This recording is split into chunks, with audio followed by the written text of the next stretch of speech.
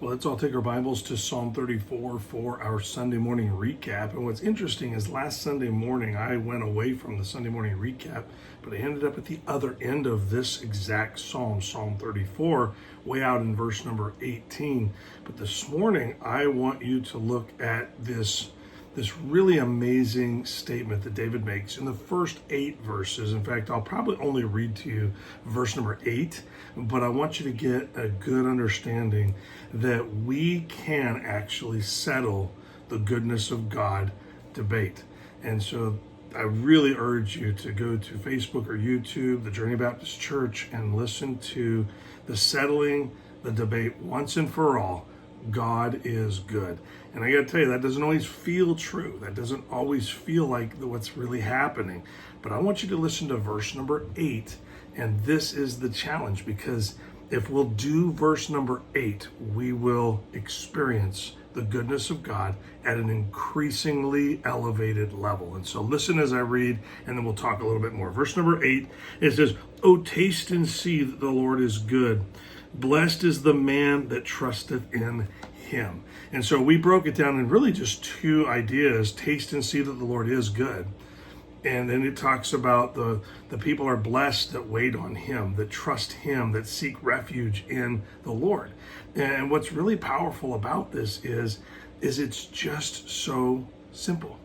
It's very easy. I think that a lot of people claim to love the Lord, trust the Lord, believe that God is good, while it is good. But when they really struggle is when it's not so good. I use the illustration of biting into something where you have an expected taste that it's going to happen, and it's very different, and it's alarming to us. I also use the idea that if you, in Christian circles, a lot of times if you say God is good, most people in the room will know to yell out all the time. And then if I repeat to you all the time, you'll say God is good.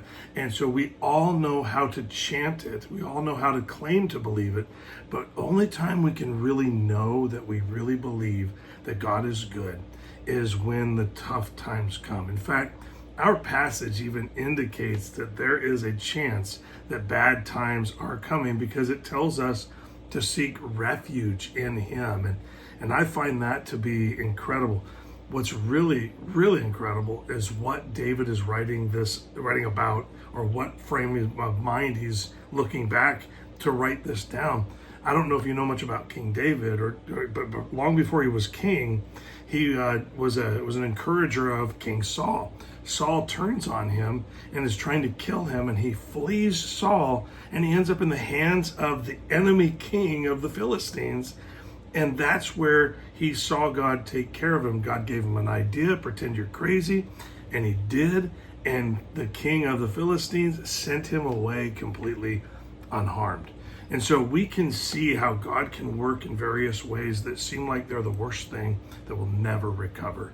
This is what we need to remember. Verse number 8, "Oh, taste and see that the Lord is good."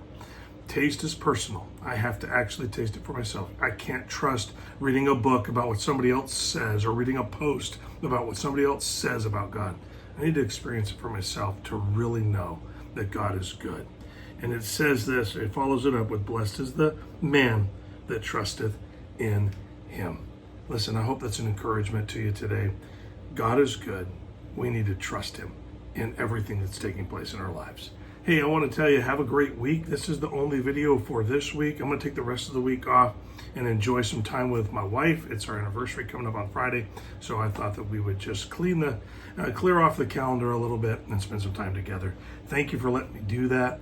I hope this devotion and this particular one has been a help to you. Remember, we need to settle it. God is good.